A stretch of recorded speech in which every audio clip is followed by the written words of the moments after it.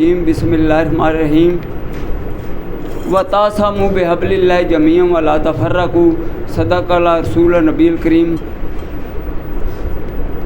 آج کی یہ روحانی ایمانی بابرکت باکمال لاجواب محفل جامعہ کریمیہ زیر سایہ پیر طریقت رہبر شریعت انعقاد پذیر ہے۔ تمام حضرات حضور صلی اللہ علیہ وسلم کی برگاہ میں عقیدت اور محبت کے ساتھ درود پڑھ لیں۔ حضور صلی اللہ علیہ وسلم کا ارشاد گرامی ہے کہ میں ان پتھروں اور سنگ ریزوں کو بھی جانتا ہوں جو میرے اوپر درود شریف پڑھتے ہیں۔ اگر وہ پتھر ہو کر حضور صلی اللہ علیہ وسلم پر درود شریف پڑھتے ہیں تو ہم آپ کے امتی اور غلام ہیں، تو ہمارا درود شریف پڑھنا حضور صلی اللہ علیہ وسلم سنتے بھی ہیں، ہمیں جانتے بھی ہیں اور پہچانتے بھی ہیں، تو محبت کے ساتھ درود شریف پڑھ لیں۔ الصلاۃ والسلام علیکہ یا رسول اللہ، الصلاۃ والسلام علیکہ یا حبیب اللہ۔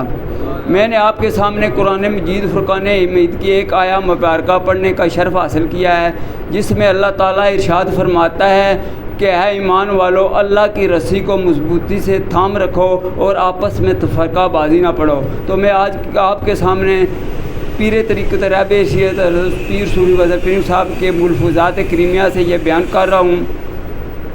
رسول صلی اللہ علیہ وسلم کا ارشاد گرامی ہے، جس کا مفہوم ہے کہ اگر آپس میں دو بھائی بھی ناراض ہوں تو ان کی صلح کرا دینے والے کو ایک اجر مقبول کا ثواب ملتا ہے۔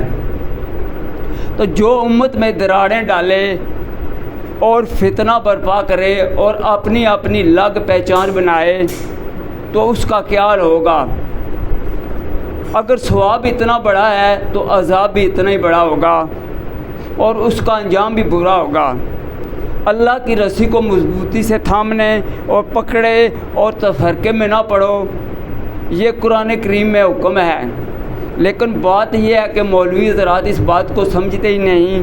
مولوی حضرات جب بھی بات کرتے ہیں کہ ہمارا فرقہ بریلوی ہے، ہمارا فرقہ دیوبندی ہے، ہمارا فرقہ جی اہل حدیث ہے، ہم اہل تشیع ہیں، اور جی ہم جو ہے نا تنظیم اسلامی ہیں، تو کیا باقی حضور صلی اللہ علیہ وسلم کی امت سے نہیں ہیں؟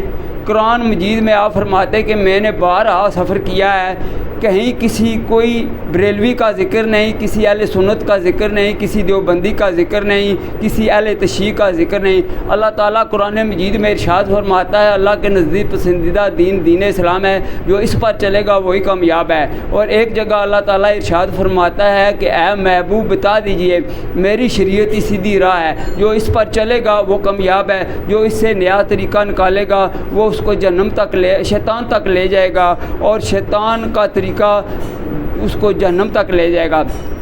اللہ کے قرب اور دوستی کا نہ سنی و شیعہ سے کوئی تعلق نہیں۔ اس کے لیے حضرت سخی سلطان بہو رحمۃ اللہ نے فرمایا ہے، نہ میں سنی نہ میں شیعہ، میرا دوواں تو دل سڑیا، مک گئے سب خشکی پینڈے، جد دریا ویدت وچ بڑھیا۔ تو علامہ اقبال فرماتے ہیں کہ منفت ایک ہے، اس قوم کی نقصان بھی ایک ہے، اور ایک ہی سب کا نبی، دین بھی ایمان بھی ایک، حرم بھی ایک، اللہ بھی قرآن بھی ایک، کچھ بڑی بات تھی جو ہوتے مسلمان بھی ایک۔ فرقہ بندی ہے کہیں تو کہیں ذاتیں ہیں، کیا زمانے میں یہی پنے کی باتیں ہیں، یہ کل کی باتیں ہیں۔ بریلوی دیوبندی یہ جگہوں کے نام ہیں، اور مسلمانوں نے اسلام کو چھوڑ کر ان جگہوں کے ناموں کو فقیدی دی ہے اور اپنی اپنی جماعتیں بنا لی ہیں۔ آج سے تقریباً 100 سال یا 70 سال پہلے کوئی جماعت نہیں تھی۔ کوئی یہ بتائے کہ خواجہ معین الدین چشتی اجمیری نے 90 لاکھ مسلمانوں کافروں کو مسلمان کیا ہے، تو ان کے نام کے ساتھ کون سا لقب لگا ہوا تھا؟ کیا انہوں نے سنی لکھا ہوا تھا؟ کیا انہوں نے بریلوی لکھا ہوا تھا؟ انہوں نے اپنے اخلاق سے، اپنے کردار سے حضور صلی اللہ علیہ وسلم کی سنت پر عمل کرتے ہوئے 90 لاکھ مسلمانوں کو مسلمان کیا۔ تو حضرات محترم، آج کل جو یہ فتنہ پروری پھیلی ہوئی ہے اور لوگوں نے مختلف اپنی اپنی جماعتیں بنائی ہوئی ہیں اور صرف نعروں پر کام چلایا جا رہا ہے اور نعرے لگاتے ہیں، لیکن ان کے اندر حضور صلی اللہ علیہ وسلم کی محبت نہیں ہے۔ میں نے میرے پیر صاحب نے کئی لوگوں سے پوچھا ہے، ایک دفعہ ہم پچھلی ماہ کی بات ہے، ہم ایک ختم پر گئے تو پیر صاحب نے دعا مانگنی تھی تو وہ بڑے نعرے مار رہے تھے کہ جی جو ہو نا عشق مصطفیٰ تو زندگی فضول ہے، وہ ٹائم ہی نہیں دے رہے تھے۔ تو قبلہ صاحب کو بڑی مشکل سے ٹائم دیا گیا، تو جب انہوں نے پوچھا آپ نعرے تو بڑے لگاتے ہیں اور کہتے ہیں کہ جو ہو نا عشق مصطفیٰ تو زندگی فضول ہے، آپ مصطفیٰ کا مطلب بتائیں۔ تو پھر ان کو سانپ سو گیا۔ پھر حضور صلی اللہ علیہ وسلم حضرت صاحب نے پوچھا کہ آپ یہ بتائیں کہ آپ کو بڑی محبت ہے، تو حضور صلی اللہ علیہ وسلم کے نانا کا نام بتائیں۔ جی ہمیں نہیں پتہ۔ تو پھر صاحب نے بتایا کہ ان کا وہاب بن عبد المناف تھا۔ تو حضرات محترم، آج لوگ ہمارے ملک میں فوج کے خلاف باتیں کرتے ہیں، تو میں یہ بتانا چاہتا ہوں کہ آج بھی ہمارے ایک مولوی صاحب نے، میں نام نہیں لینا چاہتا، وہ کہتے ہیں کہ یہ پاکستان اہل سنت نے بنایا ہے۔ حضرات محترم، آپ سبھی بزرگ بیٹھے ہوئے ہیں، 1965 کی جنگ میں کوئی بھی پیر ثابت کرے، کوئی بھی مولوی ثابت کرے، کوئی بھی کسی جماعت کا آدمی ثابت کرے، جب اندرا گاندھی نے یہ کہا تھا کہ اس کے پاس 3500 ٹینک تھے، تو ہم ناشتہ جو ہے لاہور میں کریں گے، تو کیا کسی پیر نے، کسی مذہبی جماعت نے وہاں پر کوئی کام کیا تھا؟ تو سب سے پہلے ہمارے فیلڈ مارشل جنرل ایوب نے اپنے پیٹ پر بم باندھا، پر جب اس کے فوجیوں نے دیکھا کہ ہمارا یہ جرنیل آگے جا رہا ہے، تو پھر انہوں نے اپنے پیٹ پر بم باندھے اور اپنی جانوں کو دے کر جب وہ بم پھٹے تو ان کے جو ہے نا اتنے ٹینک اور ہزاروں کے ٹینک میں تباہ ہو گئے۔ تو اس طرح وہ پیچھے بھاگے اور ہماری فوج نے پتہ نہیں 3500 کلومیٹر کا جو ہے نا اس کو اپنے قبضے میں لے لیا۔ تو اپنی جانیں دے کر، جس طرح کہتے ہیں کہ جو شہید کی موت ہے وہ قوم کی یاد ہے، تو میں ان مولوی حضرات سے پوچھنا چاہتا ہوں، کیا اس وقت تم یا تمہارے باپ نے یا تمہاری کسی جماعت نے اس ملک کو بچایا تھا؟ آج وہ کہتے ہیں کہ جی ہم اس ملک کو بچانے والے ہیں۔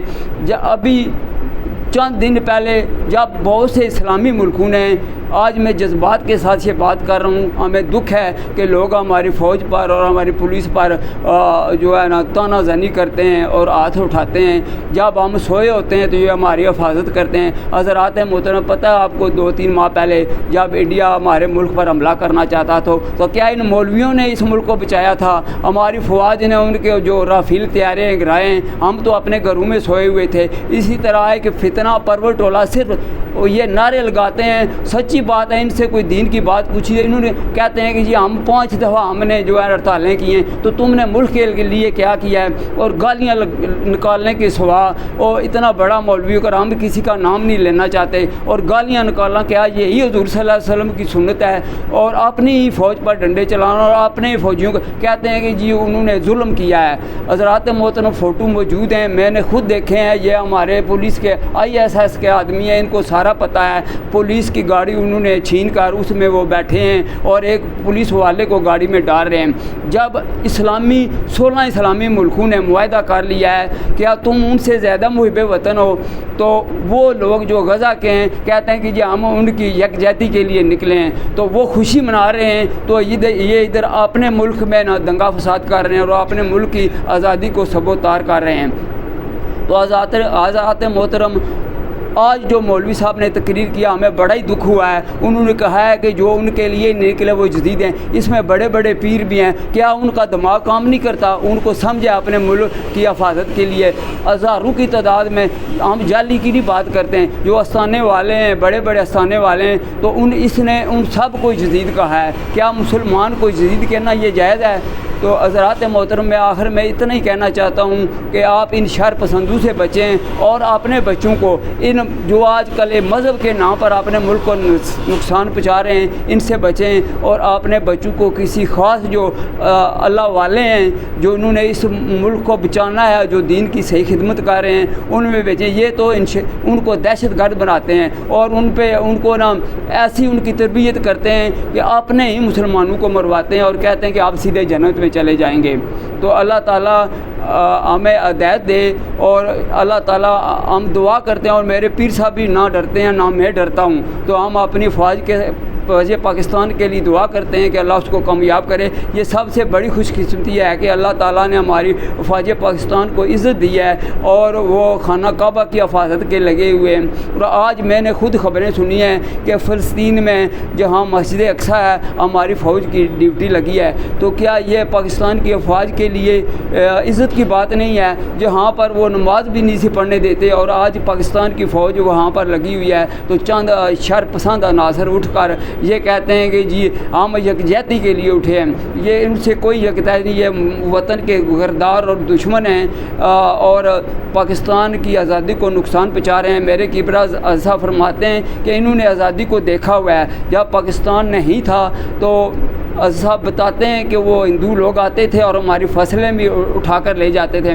میرے کبریٰ صاحب کی عمر 83 سال ہے اور یہ وہ خون کی ندیاں پار کر کے آئے ہیں اور انہوں نے سب کچھ دیکھا ہے، تو ان کو آزادی کی قیمت ہی پتہ نہیں ہے اور یہ اس ملک کی آزادی کو نقصان کر رہے ہیں۔ میں اتنا ہی عرض کروں گا، اللہ تعالیٰ ہمیں شر پسند عناصر سے بچائے اور اس ملک کی حفاظت کرنے والے پاک فوج کو اور پاک جوانوں کو اللہ سلامت رکھے۔ ہم ان کے ساتھ ہیں اور ہم فوج کے لیے دعا گو بھی ہیں، اور اللہ جو بھی اس ملک میں فتنہ کرنے والے ہیں، آپ یہ نہ دیکھیں کہ ان کے چہرے بڑے نورانی ہیں۔ حضرات محترم نے جس وقت نور زنگی کو حضور صلی اللہ علیہ وسلم نے خواب میں کہا کہ 2 کتے یا 2 چوہے میری قبر کو نقصان پہنچا رہے ہیں، تو اس نے سارے لوگوں کو جمع کیا اور کھانا کھلایا، تو دیکھا کہ 2 آدمی نہیں آ رہے، تو لوگوں نے کہا جی ان کی تو بڑی داڑیاں ہیں، ان کے بڑے چہرے خوبصورت ہیں، وہ تو اللہ اللہ کرنے والے ہیں۔ اس نے بلایا، اس نے کہا کہ ان کو بھی لے کر آؤ۔ جب وہ ان کو لے کر آئے گے تو ان کے بڑے خوبصورت چہرے تھے اور ان کی داڑیاں بھی تھے اور ہر وقت ذکر کرتے تھے، لیکن قبر کھود کر حضور صلی اللہ علیہ وسلم قبر اللہ کو پیش کیا گیا تو بڑے خوبصورت چہرے تھے، لیکن وہ خندق کھود کر حضور صلی اللہ علیہ وسلم کے جسد خاکی کو نکالنا چاہتے تھے۔ تو اسی طرح آپ ان کے چہروں کو نہ دیکھیں اور آپ ان کے نعروں کو نہ دیکھیں، آپ اپنے ملک کے ساتھ محبت کریں۔ اللہ تعالیٰ قرآن مجید میں ارشاد فرماتا ہے کہ اطاعت کرو میری اور اطاعت کرو رسول اللہ کی اور اولو العزم جو آپ پر حکم مقرر کیے گئے۔ تو ہمارے حاکموں نے اور پوری دنیا کے مسلمانوں نے بڑے بڑے مل کر یہ فیصلہ کیا ہے، اور جو غزہ کے مسلمان خوشی منا رہے ہیں اور یہ چند شر پسند عناصر اس آزادی کو سبوتار کر رہے ہیں۔ ہمارے لیے خوش قسمی کی بات ہے کہ آج بھی ہماری فوج فلسطین میں ڈیوٹی دے رہی ہے۔ تو میں تمام حضرات سے کہتا ہوں کہ ان شر پسندوں سے بچیں اور ملک کی حفاظت اور آزادی کے لیے کوشاں رہیں، اور جو اللہ کے نیک مخلص بندے ہیں اولیاء اللہ کے طریقے پر چلنے کی کوشش کریں۔ اللہ مجھے اور آپ سب کو عمل کی توفیق عطا فرمائے۔ وآخر دعوانا الحمدللہ۔